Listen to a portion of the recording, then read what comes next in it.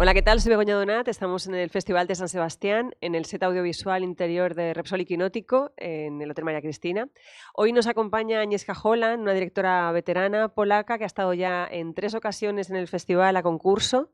Su tercera película a competición por la Concha de Oro es Franz, es una adaptación de la vida de Kafka, lo cual es todo un reto para ella porque lo que ha planteado es un caleidoscopio donde mezcla tanto lo que es la vida del escritor, de la metamorfosis, como testimonios a cámara rompiendo la cuarta pared, momentos en blanco y negro y en color, incluso saltos al presente, un presente donde la palabra kafkiano lo ha tomado todo, quizás de una manera incluso distorsionada. Es un placer tenerla con nosotros porque vamos a poder ahondar en su acercamiento al biopic de una manera muy distinta a la que lo hizo con Copying Beethoven, que precisamente también participó en el festival hace unos años. Thank you for being here. Thank you. First of all, I wanted to ask you what drew you to developing a biopic on a writer who is bigger than life. Well, I was making movies about some geniuses before, and by chance, both of them happened to be at the San Sebastián Film Festival.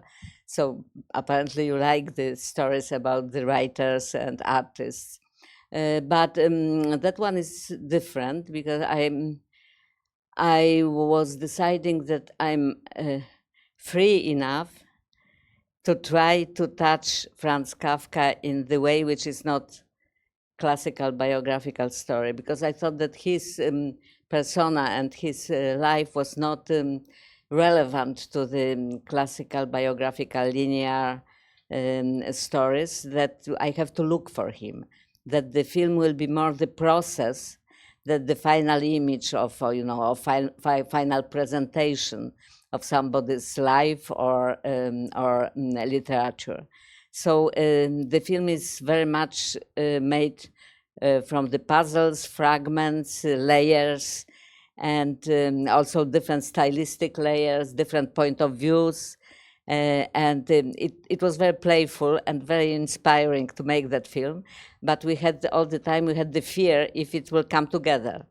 So, now it's up to you and to the audience to decide if it comes together or not. Congratulations, it does. Oh, thank you. In fact, during the film, you interweave a dramatization of one of Kafka's stories, the penal colony. The penal colony. Mm-hmm. And I wanted to know why this particular story and what brings this visualization of the story in the film to the overall approach to his life.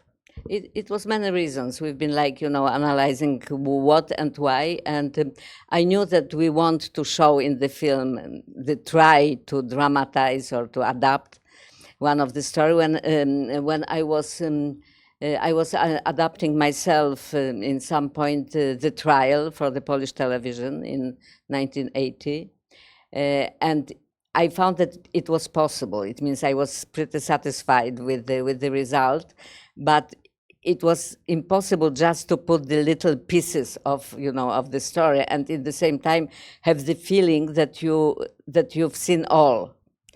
And the penal colony became the kind of the icon after the Second World War, which shown that Kafka was the prophet, that he anticipated the dehumanization of the humanity and gas chambers and the Holocaust. So it is important novel for his meaning in the world, not only literary world, but the world altogether. And also it was one of the first, and I loved the challenge because when he was reading it, the people have been mixed in the reaction to the extreme. They've been or terribly disgusted and scared, or they've been full of admiration for his courage. And I wanted to create the same feeling in the viewer. And when we've been showing the cut first time to the financiers, to the televisions, and to the different funds, the first reaction of part of the, of the financiers was, no, it's too graphic, it's too long, you have to cut it or short it. So I understood that I have it, that is exactly the reaction I wanted to have, and that is exactly the reaction Kafka somehow was looking for. Even he was not provocateur.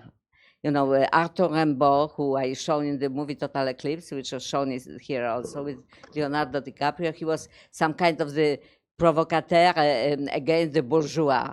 But Kafka, no, he was shy, and he somehow was the conformist, he wanted to fit into the world. But in the same time, what he'd seen and what he felt was pushing him to the direction which was totally unknown, to the direction when you don't have the salvation, when you don't have the easy answers or not answers at all. So he was in the same time the shy conformist and incredibly courageous revolutionary. So, I wanted somehow to touch that. I find really courageous by your way to approach the film, how you also have these different testimonies by people who talk and break the wall, the fourth wall, talking to the audience. When did you take this decision? Well, from the mock documentaries a bit, it exists. I'm not the first one. Even some ambitious television, was doing something like that. For example, I was directing a few episodes of House of Cards, and that it was probably first time on the regular television series when the character was turning to the camera, right? So I knew that it can work, and here especially, when you are doing biopic, the worst things for me, it is that you have to deliver the informations, and the informations are heavy. So you have to dramatize them. And the most of the storytelling energy, it's to mise en scène, to direct the informations. And I didn't want to waste my time with the information. I wanted much more to show some imaginary. So the informations are delivered by the different point of views, which also shows the other character and their relation to Franz. And you see that they all love him somehow, they all want the best for him. And in the same time, they are powerless, they cannot help him. Your film is going to be distributed in Spain by a streaming platform called Filmin, and Filmin is sponsoring this set. So I have a question for you by Filmin, which is, what would be the film that you will suggest your 18-year-old self? Well, I loved many films in that time, when I found the notebook, year notebook from 1965, I think, and when I already wanted to be a director. I wasn't studying yet, but I wanted to be a director. I was like, by the end of the year, I was making the list of my favorite films. And it was 255. Oh, wow. My favorite films. So today, if I find 2, 3, I'm really, really happy. So it was so many films, which was for me like my artistic, intellectual, and life food, that is difficult to pick the one. But maybe, maybe some real classic like 8½ by Federico Fellini. Okay, good choice. Thank you very much. Thank you. Estamos en el Festival de San Sebastián, en el set del audiovisual interior de Repsol y Kinótico, en el Hotel María Cristina, como ya sabéis. Nos tenemos que despedir. Ha sido un placer tener con nosotros a Agnieszka Holland. Le deseamos mucha suerte con este biopic, que como ha comentado es un caleidoscopio, es una ruptura absoluta con el biopic clásico. Y seguimos aquí, esperamos que nos sigáis viendo tanto en directo en el exterior de nuestro set, como online en Kinótico, la primera con K, la segunda con C. Gracias. Gracias.